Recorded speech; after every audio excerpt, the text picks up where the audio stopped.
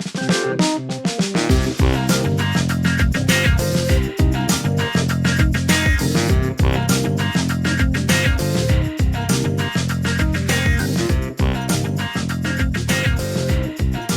everyone, welcome back to the Clydesdale Chronicles with Coach Cheryl. I am Scott. I am the Clydesdale. That is Cheryl. She is my nutrition coach. This is like episode 4 for us.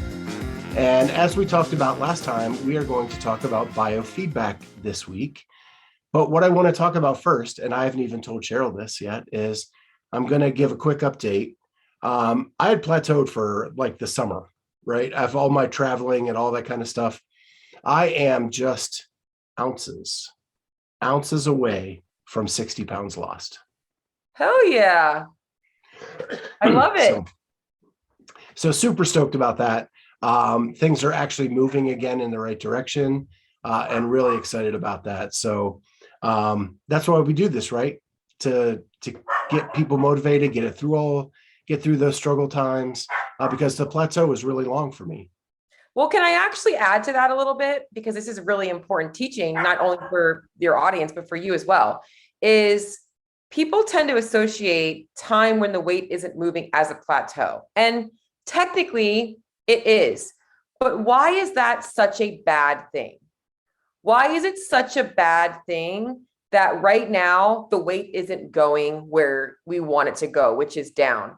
It's not going up. We're not regressing. During the summertime, what were you focusing on?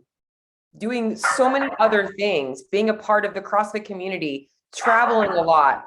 That is when it's not important to be stressing yourself out with, oh my gosh, am I getting enough food or too much food or all these different things?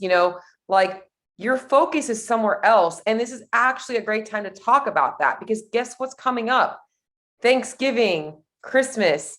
Do I know people are still going to lose weight this holiday season? Absolutely, they will. But I also want people to understand that plateauing is not a bad thing. It's part of the process. It is why we have a whole year. And in that year, we have seasons that the weather changes. We also have seasons in our life where things happen and things are going to, you had some setbacks with your back and things like that. And this is all part of the process of understanding that maintaining weight at a new low is a win. You didn't go back up. And one of the biggest things that happen is people tend to yo-yo up and down. So as you took a little tangent to give us a little update, which I love, I also want to add on to that, because that is part of the process of weight loss that people really need to understand. Yeah. And I want to talk about in a future episode kind of my mindset during that time and how we had to readjust goals to more than just weight loss, because I think a lot of people get solely focused on that one goal of losing weight and forget about all the other goals. And then that makes it more difficult. Yep. Agreed. 100%. So, but today is about biofeedback. So the good news is out of the way. And so when I first started with you, you had me fill out a very lengthy survey to get to know me, right? Yeah. And I say lengthy, and it's, it wasn't that long, maybe 5-10 minutes. A lot of questions, more questions you would think of. Yeah. And so I filled that out so that you would get to know me and kind of get a baseline of my biofeedback. I'm taking it. That's what I looked at it. Is that what that was? Yeah. So like, I think a lot of people go online and they're like looking for a calculator to help them lose weight, and ask usually for like 3, maybe 4 questions: age, height, weight, activity level. And I know that those are 4 main metrics, but there are a lot of other factors that are going into a person's long-term compliance. Like, what do they value? What are their biggest hangups? What kind of medications are they on? How much are they sleeping? There's other factors into knowing what a person's body needs and what their mind needs to be able to make them successful long-term. And knowing where that person's at is going to help. Like, I've had people that on their survey that, their breakfast might be Coca-Cola and Burger King. Do you think I'm going to be worried about that guy, making sure he's getting enough, protein, carbs, and fats and numbers? No, I'm literally going to be showing him what it looks like to eat a balanced meal. So trying to find out where that person's at, but also looking at how does that person feel? Because just like you said, it's so easy to get hung up in just focusing on the weight loss. But oftentimes there are other factors into why a person's gaining weight or not losing weight. If they're sluggish all the time, they're not sleeping, they don't have an appetite. There's other things going on that, yes, food and correcting food and movement is going to help that, but I have to know where that person's at. So it gives me more of an understanding of that. So we did that. We do the baseline, and then every week we fill out another biofeedback form, and it just talks about like how you feel. And a big example is, I talked about this before we came on the air, is that like this week I just don't feel like eating cooked food, right? And that's never been a problem for me, right? All I want to do is eat fresh fruit, vegetables, lunch meat, salads. Like that's just what I'm craving. And I guess that's a good craving, but it makes it harder to get in all of what I need to get in a day. Yep. And the other thing about that is it also allows me to make some adjustments, right? So knowing that when I check in with you, I might be like, okay, well, maybe we do lower things down a little bit. Maybe we do put our focus more on that kinds of, that's, if somebody's craving fruit, vegetables, and lean proteins, I am not going to be complaining. If they're craving things like, I really want to go have a burger and French fries, and that's what they're craving every single day, then I'm going to be looking at things a little bit differently. So yeah, that weekly check-in form, because I know what I need to see. A lot of times people don't know what they need to see. And as a coach, I've evolved. And whereas I used to expect my clients to send me an email with telling me how they're feeling, I would often find that I was asking them these same questions over and over again. Like, how's your energy? Are you sleeping well? Are you going to the bathroom regularly? Like, are you getting any cravings? How is your sleep quality, not just quantity? Anything specific? How much are you moving throughout the day? I was asking these same questions over and over again. I'm like, you know what? Like, I'm going to teach them how to look at themselves a little bit differently each week. Honestly, why do we all love this Whoop strap now, right? Because we're like, oh, how do I feel today? Let me look at my Whoop strap. Yeah, it's scientific, but like that's more of a actual feeling of how do I feel mentally and physically as a whole person. Yeah. And like one of the big things for me was and we talked about this last time, is I was broken when we first started and I wasn't doing a lot of activity. As my activity increased, and as I went back to a CrossFit gym, my hunger levels went up, right? And so I started with 3,000 calories with you, I think. And then I went to a 2,600 and then 2,500. And now I'm at like 2,280. And so it's been interesting through that, because my activity levels are going up, but my hunger levels are going down. There's also a lot of things too, right? Like, so at first your hunger levels go up, you were burning more calories, your metabolism was likely taking in more food. It takes digestion, or there's a lot of processes that going to digest that food that's going to be causing you to burn more calories.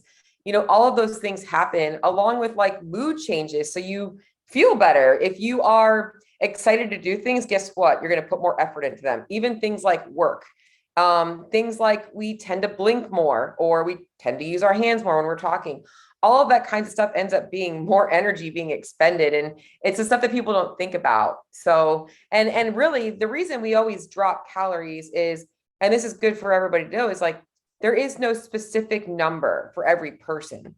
And even if I know Scott could eat 3,000 calories and likely still lose weight, I'm never going to force feed him. I'm never going to force feed you like, hey, you got to get all these calories in. You're like, but I want to lose weight and I'm not hungry. Okay, cool. That's why we check in every week. So if you're happy and you're content, and it just allows us to have that flexibility. That's why we have those weekly check-ins. Yeah. And I think we had like a few good months before I traveled for the CrossFit season. And so I had that really locked in. Right. Yeah. And so when I was on the road, it was really easy for me without my scale and without all that to be able to come pretty darn close to what I ate in a day. Well, and also the other thing it helps you with is if you know how good you feel when you're on track, and you know how good you feel when you're eating enough protein and you're eating enough carbs and like all these things are in line. When you're on the road and you're like kind of winging it a little bit and you notice you're getting a little bit sluggish, you're like, yeah, I know I haven't been eating as much. I know I've been skipping this normal snack. I know my digestion's off because I'm eating restaurant food. It kind of almost becomes motivating for you to get back to your routine. I mean, I'm sure you can relate to like that road feeling of like, oh, I just can't wait to get back to my own food, my own kitchen, my own refrigerator, my own things, and just be happy to be back into my own routine again. So it becomes motivating to get back to doing what you were doing because you remember how good you felt. Yeah, and it's funny you say that because at Rogue, the job I had was a production assistant for the cameramen. And so I had to go up and down those baseball stadium steps. And I could tell like when I was getting sluggish going up those steps, right? And I'm like, you know what? I need to stop in to the volunteer center and get some lunch. Yeah, for Um, sure. and because we talk about that all the time, that becomes a much easier process for me Hmm. Yep. of, And it's of so being easy. aware. Yeah. And it's so easy for people to get so hung up in, like you said, I want to keep beating the dead horse, but like the weight's moving or the weight's not moving. All of this other stuff is also more important. At the end of the day, why do people want to lose weight? We want to feel better. We want to look better. We want to be more excited to live and go out in public, be able to wear the clothes we want to wear and feel good about ourselves. That's more than just the weight. It's the process of losing weight. It's the things that we do in that process that makes us feel so much better, and that's really where the success comes from. And when we start to die, so when the biofeedback is getting better, I'm excited. Yeah, it's funny because, I was so hung up on the weight and then I went to Rogue and the shirts for the volunteers were 2X. And when I started with you, I was a 4X Mhm. t-shirt, right? So you put the t-shirt on and you're like, okay, this actually kind of fits. Like, wow. But I can kind of stretch it because it's a t-shirt. And then I put on a 2X hoodie that you can't stretch and it actually fits. And I think I did a backflip in the volunteer area. That's awesome. I mean, I can't don't even, don't quote me, but I yeah, think it happened, at least in my mind, yeah, I that can't I do did a that. backflip. And that's the feedback. Like that was a bigger win than 5 pounds on the scale. Yep, 100%. And it's funny because the first thing I thought about was like we talk about Noble, how all of their clothes were like often small. I remember you're like, I got a Noble shirt. And I'm like, hell yeah. Because their Yeah. clothes are like notoriously like I feel like they're made like two sizes too small. It's like going into one of those like teenage kids stores that's like normally I would be this size, but I have to go three sizes up in this brand. And it's cool that you're in a good place with that too. So it's awesome. Well, and from an economic standpoint, being able to buy off the rack Mhm. as opposed to like going to a big and tall men's store, That's awesome. that's light years different. Yep. Like, and I One. know the people out there that are struggling like I did, that Mhm. is huge. That is one of the biggest wins you can get. And on the airplane, I didn't have to ask for the extension on the seatbelt. That's the shit that's the stuff that's like so exciting. Like I can only imagine how that must feel. And I don't want to get off a tangent. I know this is about biofeedback, but having to walk on an airplane and be like, I need an extender belt. Like having to ask for that or knowing that they're going to give you that or going to like a theme park. I can't tell you how many times I've felt bad for somebody who goes to get into the seat and they're like you're going to have to go to the other seat and they have to go move and they can't sit and ride the ride with their kids or they have to move the whole family and the whole family has to wait two more rides to get on. It's like that's the stuff that's like, man, if people just understood that nutrition does not have to be something that is restrictive in our lives and holds us back. It can be something that frees you to do all the things that you want to do and live the life that you want to live. And that does mean enjoying food sometimes. Like I remember at one of your things over the summer, I was like, yeah, go have a burger. Like I forget, you were like, I'm craving a burger. I'm like, so go have a burger. Like you work your ass off. You should have a burger. But it's knowing that like you don't have to have a burger every single day. And maybe you only want three fries, maybe you don't want the whole thing of fries. Maybe you don't want any French fries, and it's really that is so much bigger than just the scale. It's those freeing moments that makes all of the work worth it. So tangent from the biofeedback, but I'm just Yeah, feeling a little fired it's up a right different now. kind of feedback than the Yeah, biofeedback, for but sure. it's feedback as well, right? Yeah. It's It's the telling you mental you're winning, feedback. Yeah. Yeah. you Keep know. winning. So I know that you have some stuff going on with helping people understand all this stuff. Mhm. And I want to make sure that I promote that and let people know that they can reach out to you. Yeah. Yeah. I'm trying to, and I also don't want to get off on a tangent. I think about changing people's lives more than I can even think. I think I wake up thinking about it. I go to bed thinking about it. Before this, I was thinking about, I don't even want to put it out there because I don't want somebody to steal my idea, a holiday fitness advent calendar. I'm always trying to find ways to help make people do this. And obviously I have my one-on-one coaching, which is what you do with me, but I also think that especially in the CrossFit community, it can be exciting to be in a group. And I do have a group program, and I'm really trying to work on creating, and it's still in the works. I know I was talking about it, but I want to create this group program, and it's small right now. I only have a few people and it's one night a week. My goal and my vision is to grow that group program to be like every day there's a class and you can go to whichever one you want to. And you can have time and check-ins with me and get the education and get fired up and get reminded of why you're doing things. Because the biggest thing I think people struggle with isn't nutrition, it's their surroundings and the focus that is not there because they're around everything else telling them that that doesn't really matter. And it makes it easy for them to say no. When you have a community of people, they're like, man, all these people are doing this too. I better show up. I better do it. Just like in a CrossFit class, you go to a CrossFit class and, if you were doing the workout on your own, you probably wouldn't have done it as hard as you did when you're trying to compete with your friend next to you.